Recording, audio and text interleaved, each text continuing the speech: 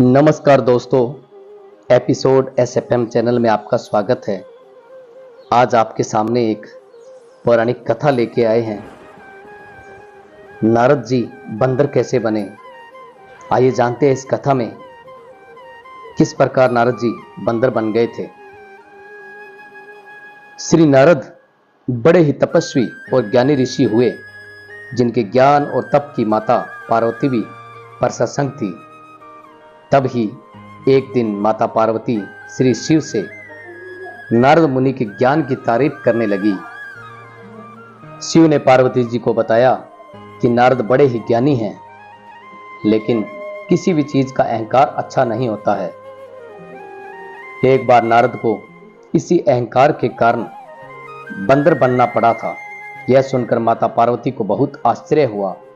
उन्होंने श्री शिव भगवान से पूरा कारण जानना चाहा। तब श्री शिव ने बतलाया, इस संसार में कोई कितना ही बड़ा ज्ञानी हो, लेकिन श्री हरि जो चाहते हैं वो उससे बनना ही पड़ता है। नारद को एक बार अपने इसी तप और बुद्धि का अहंकार हो गया। इसीलिए नारद को सबक सिखाने के लिए श्री विष्णु को एक युक्ति सूझी। हिमालय पर्वत में एक बड़ी पवित्र गुफा थी। उस गुफा के निकट ही गंगा जी बहती थी। वह परम पवित्र गुफा नारद जी को अत्यंत सुहावनी लगी।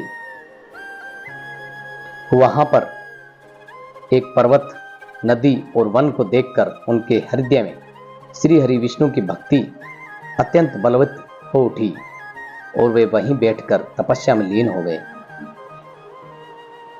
नारद मुनि की इस तपस्या से देवराज इंद्र भयभीत हो गए कि कहीं देवर्षि नारद अपने तप के बल से उनका स्वर्ग ना छीन ले।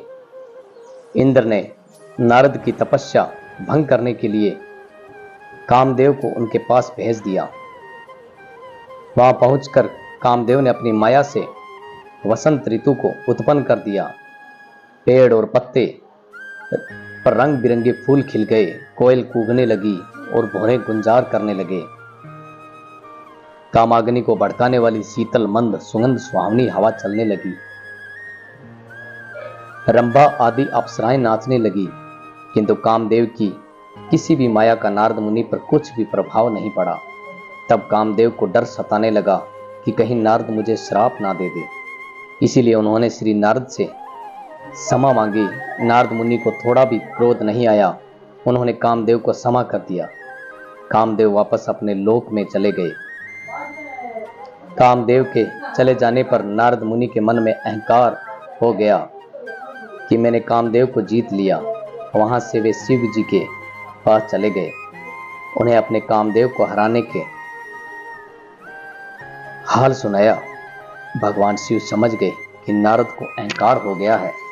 शंकर जी ने सोचा, यदि इनके अहंकार की बात विष्णु जी जान गए तो नारद के लिए अच्छा नहीं होगा। इसलिए उन्होंने नारद से कहा कि तुमने जो बात मुझे बताई है उसे श्री हरि को मत बताना। नारद जी को शिव जी की यह बात अच्छी नहीं लगी। उन्होंने सोचा कि आज तो मैंने कामदेव को हराया है और ये भी किसी को नहीं बताऊं। नारद जी क्षीर सागर पहुंच गए और शिव जी के मना करने के बाद भी सारी कथा उन्हें सुना दी। भगवान विष्णु समझ गए कि आज तो नारद को अहंकार ने घेर लिया है। अपने भक्त के अहंकार को वह सह नहीं पाते। इसलिए उन्होंने अपने मन में सोचा कि मैं ऐसा उपाय करूंगा कि नारद का घमंड भी दूर हो जाए और मेरी लीला भी चलती रहे। नारद जी जब श्री विष्णु से विदा होकर चले तो उनका अभिमान और भी बढ़ गया। इधर श्री हरि ने अपनी माया से नारद जी के रास्ते में एक बड़े ही सुंदर नगर को बना दिया। उस नगर में शील निधि नाम का वैभवशाली राजा रहता था।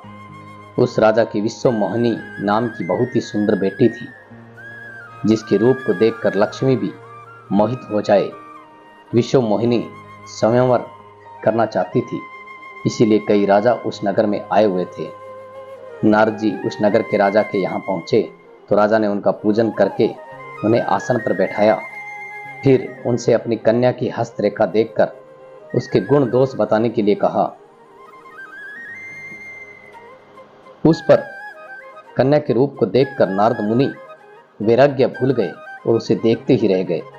उस कन्या की हस्तरेखा बता रहा था कि उसके साथ जो विवाह करेगा वह अमर हो जाएगा, उसे संसार में कोई भी जीत नहीं सकेगा और संसार के समस्त जीव उसकी सेवा करेंगे। यह बात नारद मुनि ने राजा को नहीं बताई और राजा को उन्होंने अपनी ओर से बनाकर कुछ और अच्छी बातें कह दी। अब नारद जी ने सोचा कि कुछ ऐसा उपाय करना चाहिए कि यह कन्या मुझसे ही विवाह करे। ऐसा सोचकर नारद जी ने श्री हरि को याद किया और भगवान विष्णु उनके सामने प्रकट हो गए। नारद जी ने उन्हें सारी बात बताई और कहने लगे, हे नाथ, आप मुझे अपना सुंदर रूप दे दो ताकि मैं उस कन्या से विवाह कर सकूं। भगवान श्री हरि ने कहा, हे नारद, हम वहीं करेंगे जिसमें तुम्हारी भलाई हो। यह सारी विष्णु जी की ही माया थी। विष्णु जी ने अपनी माया से नारद जी को बंदर का रूप दे दिया। नारद जी को यह बात समझ में नहीं आई। वो समझे कि मैं बहुत सुंदर लग रहा हूँ। वहां पर छिपे हुए शिव जी के 2 गणों ने भी इस घटना को देख लिया। ऋषिराज नारद तत्काल विश्व मोहिनी के संयमवर में पहुंच गए और साथ ही शिव जी के वे दोनों गण भी ब्राह्मण के रूप में वहां पहुंच गए।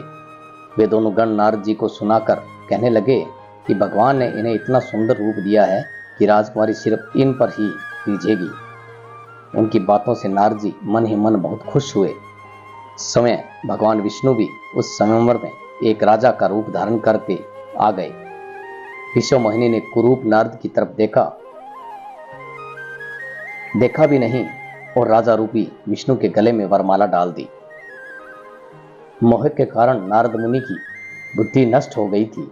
राजकुमारी द्वारा अन्य राजा को वरमाला डालते देख वे परेशान हो उठे। उसी समय शिव जी के गणों ने ताना कसते हुए नारद जी से कहा, जरा दर्पण में अपना मुंह तो देखिए।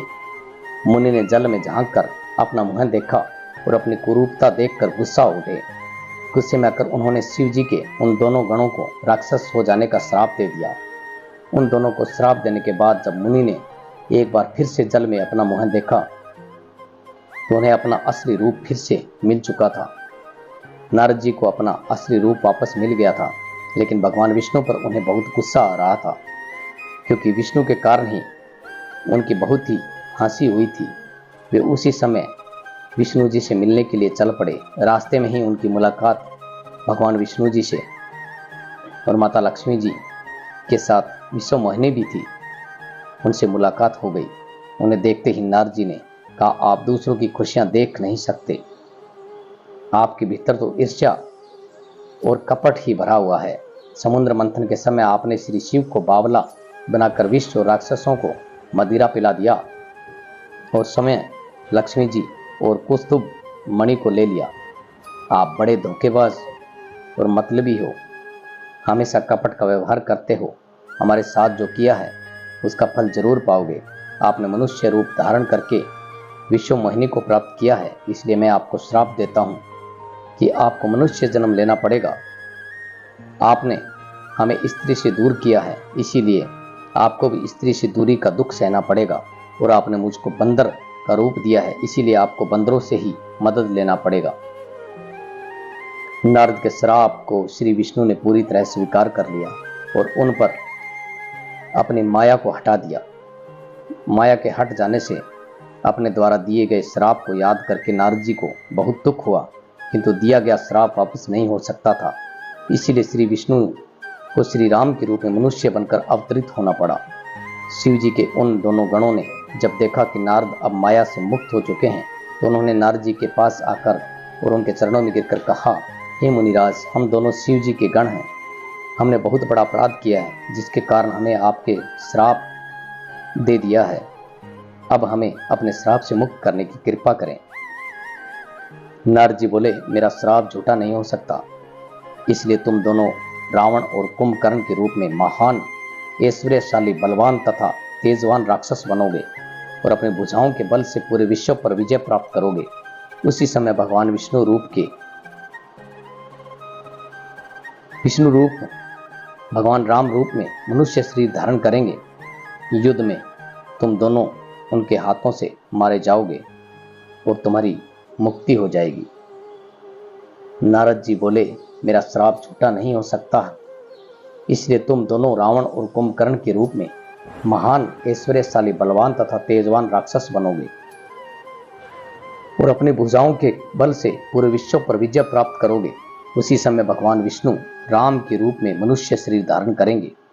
युद्ध में तुम दोनों उनके हाथों से मारे जाओगे।